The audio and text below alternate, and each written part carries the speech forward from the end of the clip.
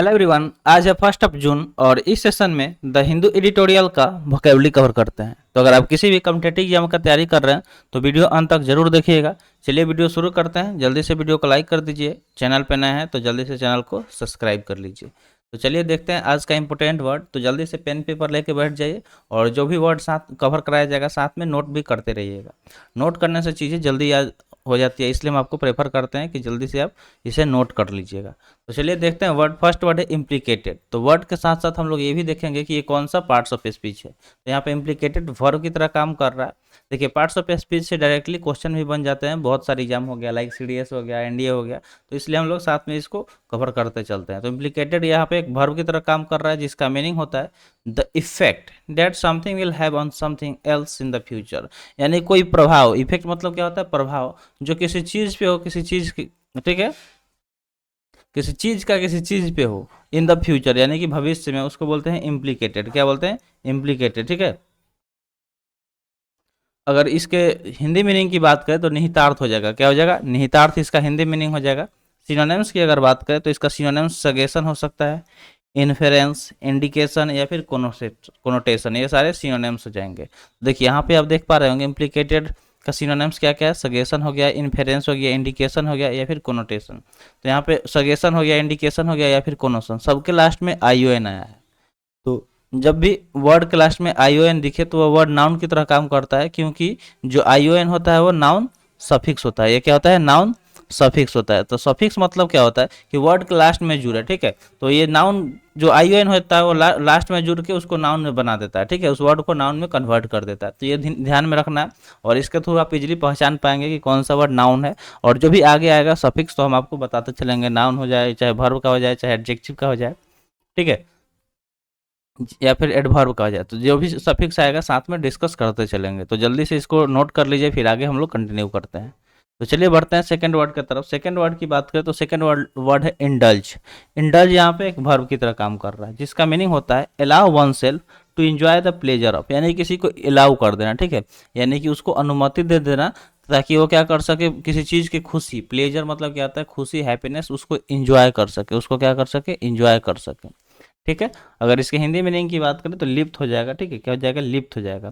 Synonyms की बात करें तो इंटरटेन, नॉरिश, पैम्पर या फिर सेटिएट, ये सारे सिनोनिम्स हो जाएंगे। यानी कि किसी को इंटरटेनमेंट के लिए अलाउ कर देना। जैसे मान लीजिए कि आपको मूवी देखना है जाके, ठीक है, सिनेमा में, हॉल में, तो आप परमिशन लिए या फिर आपके बिना बोले कोई अच्छा मूवी आया तो आपके पिताजी, आपकी माता आपको ऑर्डर दे दिए, अलाउ कर दी कि जाओ तुम एंजॉय कर लो, ठीक है, अच्छा मूवी है देख लो। तो इंडल्ज मतलब क्या हो गया कि किसी चीज़ में लिप्त हो जाना, शामिल हो जाना, चाहे वो एंटरटेनमेंट हो या कोई भी मतलब प्लेजर वाला बात हो। तो आई होप आपको समझ में आ गया होगा।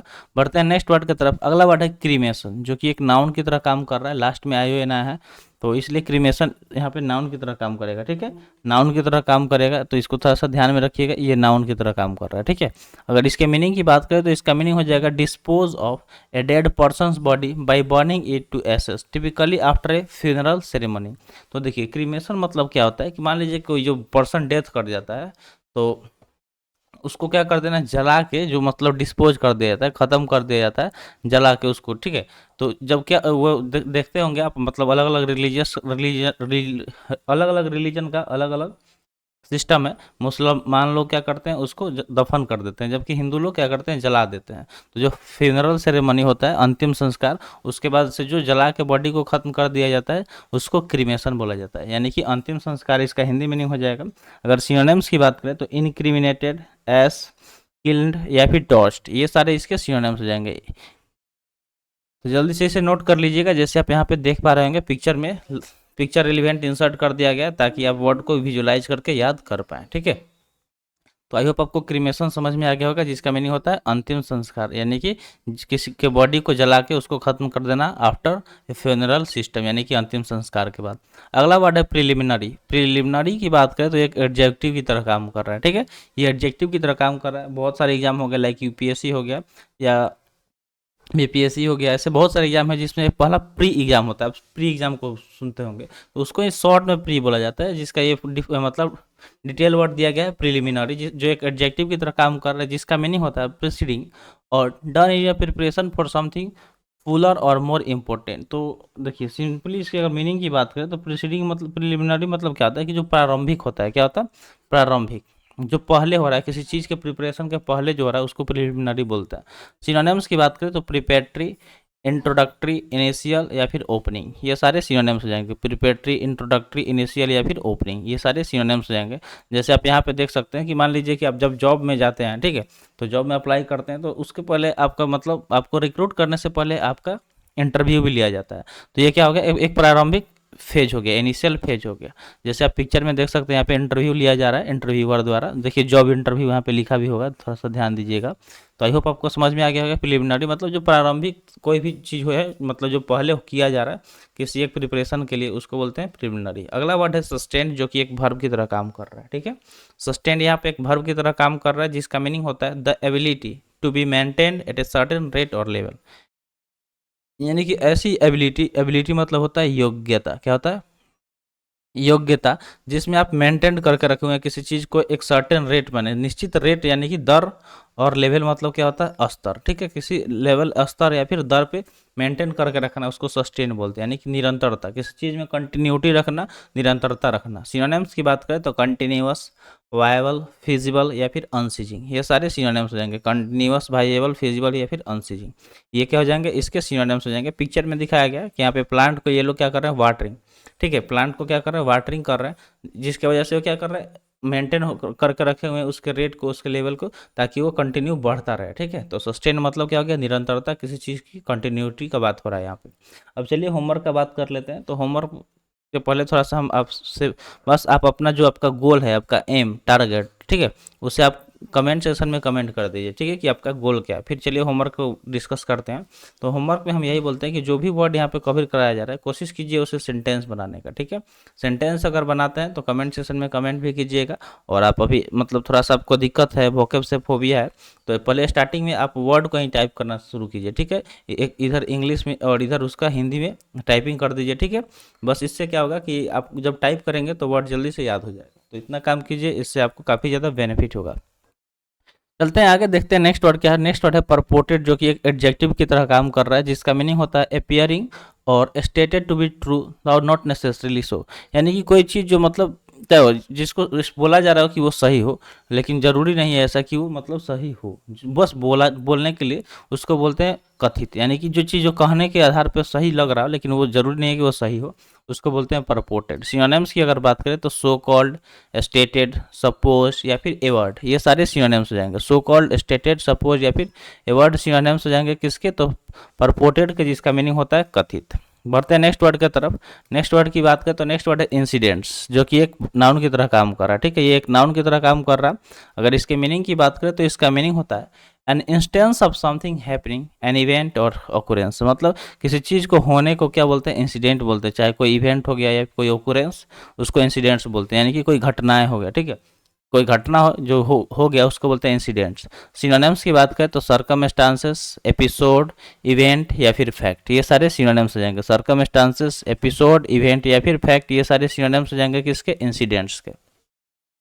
नेक्स्ट वर्ड की बात करें तो नेक्स्ट वर्ड है एसेलेंट। एसेलेंट यहाँ पे एक नाउन की तरह काम कर रहा है, जिसका मीनिंग होता है मेक ए कंसर्टेड और वायलेंट अटैक ऑन, यानी किसी पे कंसर्टेड तरीके से वायलेंट अटैक करना, ठीक है, हिंसात्मक हमला करना, उसको एसेलेंट बोलते हैं, यानी कि हमलावर। इसका हिंदी मीनिंग क्या हो जाएगा, हमलावर हो जाएगा। सिनोनिम्स की बात करें तो इसका सिनोनिम्स बैस हो सकता है, बिरेट हो सकता है, ब्लास्ट हो सकता है या फिर क्रिटिसाइज, ये सारे सिनोनिम्स हो जाएंगे, जिसका मीनिंग क्या होता है, हमलावर होता है, ठीक है। तो जल्दी से इसे नोट कर लीजिए। जैसे आप यहाँ पे देख पा रहे होंगे कि ये हमलावर है जो हमला कर रहा है इस पर।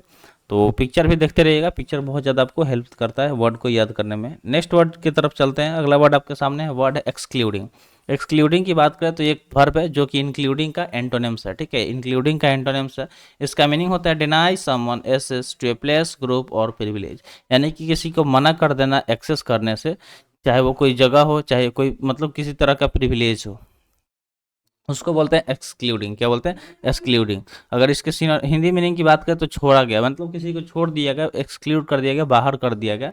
अगर सिनोनिम्स की बात करें तो शट आउट, डिबार, रिजेक्ट या फिर ऑस्ट्रासाइज, ये सारे सिनोनिम्स हो जाएंगे। शट आउट, डिबार, रिजेक्ट या फिर ऑस्ट्रासाइज। जैसे आप देख सकते हैं कि ग्रुप में ये भाई सबको अकेले छोड़ दिया गया, बाकी सब एक साथ इंक्लूड होकर आपस में कन्वर्सेशन कर रहे हैं या कुछ भी, ठीक है, उसको बोलते हैं एक्सक्लूडिंग, यानी कि छोड़ा गया, जिसको छोड़ के कोई बात हो रहा है उसको बोलते हैं एक्सक्लूडिंग। सिनोनिम्स की भी इसका हम लोग यहाँ पर डिस्कस कर लिए थे, तो जल्दी से इसे नोट डाउन कर लीजिए, फिर बढ़ते हैं नेक्स्ट वर्ड की तरफ। नेक्स्ट वर्ड है पर्सनल। पर्सनल की बात करें तो एक नाउन है। देखिए पर्सनल दो होता है, PERSONAL होता है, लेकिन यहाँ पे NNEL होता है। तो इसका स्पेलिंग भी आप ध्यान में रखिएगा, क्योंकि स्पेलिंग से एरर से भी क्वेश्चन बहुत बार आ जाता है। तो पर्सनल का स्पेलिंग भी लिख लीजिएगा। और इसके मीनिंग की बात करें तो इसका मीनिंग होता है people employed in an organization और एंगेज इन एन ऑर्गेनाइज, यहाँ पे स्पेस है, थोड़ा सा इसको मेंटेन कर लीजिएगा। Organize undertaking such as military service, यानी कि कोई भी बंदा जो क्या है एम्प्लॉयड है किसी ऑर्गेनाइजेशन के तहत या फिर एंगेज हो किसी ऑर्गेनाइजेशन में, ठीक है, undertaking such as military service. और ज़्यादातर जो मतलब मिलिट्री सर्विस में है, जैसे मान लीजिए कि कोई सैनिक हो गया, ऑफिसर्स हो गए, तो वो क्या हो गया पर्सनल, उनको पर्सनल बोला जाता है, ठीक है, क्योंकि वो ऑर्गेनाइज है, एम्प्लॉयड है एक मिलिट्री सर्विस के तहत। तो इसका हिंदी मीनिंग कार्मिक हो जाएगा। क्या हो जाएगा? कार्मिक। सिनोनिम्स की बात करें तो कैडर, क्रू, ग्रुप या फिर ऑर्गेनाइजेशन, ये सारे सिनोनिम्स हो जाएंगे। जैसे आप वर्ड सुनते होंगे आर्मी कैडर, ठीक है, आर्मी कैडर यानी कि आर्मी के पर्सनल जो होता है उनको कैडर बोला जाता है। क्रू, ग्रुप या ऑर्गेनाइजेशन, ये सारे सिनोनिम्स हो गए पर्सनल के, जिसके मीनिंग होते हैं कार्मिक, ठीक है। पर्सनल होता है ये, पर्सनल एक पर्सनल, ठीक है, दोनों में डिफरेंस होता है। तो आई होप आपको वर्ड समझ में आ गया होगा। तो चलिए अब थोड़ा सा अनअकैडमी के बारे में डिस्कस कर लेते हैं। तो अनअकैडमी एक ऐसा प्लेटफॉर्म है जो प्रिपरेशन करता है वेरियस कॉम्पिटेटिव एग्जाम का। तो अगर आप किसी भी कॉम्पिटेटिव एग्जाम का तैयारी करना चाहते हैं एक सिस्टमेटिक वे में, एक एक्सपीरियंस टीचर के साथ, तो आप इसका सब्सक्रिप्शन लेके तैयारी कर सकते हैं। तो आपको अपना गोल सेलेक्ट करना है, उसके बाद से आपको अपना ड्यूरेशन की कितने टाइम के लिए आप इसका लेना चाहते हैं सब्सक्रिप्शन, और उसके बाद से आपसे रेफरल कोड जहाँ पूछा जाएगा आप वहाँ पे +FP175 अप्लाई कर दीजिएगा। इससे आपको मैक्सिमम डिस्काउंट मिल जाएगा, ठीक है। तो चलिए आज के लिए इतना ही। आज का सेशन यहीं पे समाप्त हुआ। सेशन कैसा लगा कमेंट सेशन में ज़रूर बताइएगा। तो मिलते हैं फिर अगले वीडियो में। Thanks for watching. जय हिंद।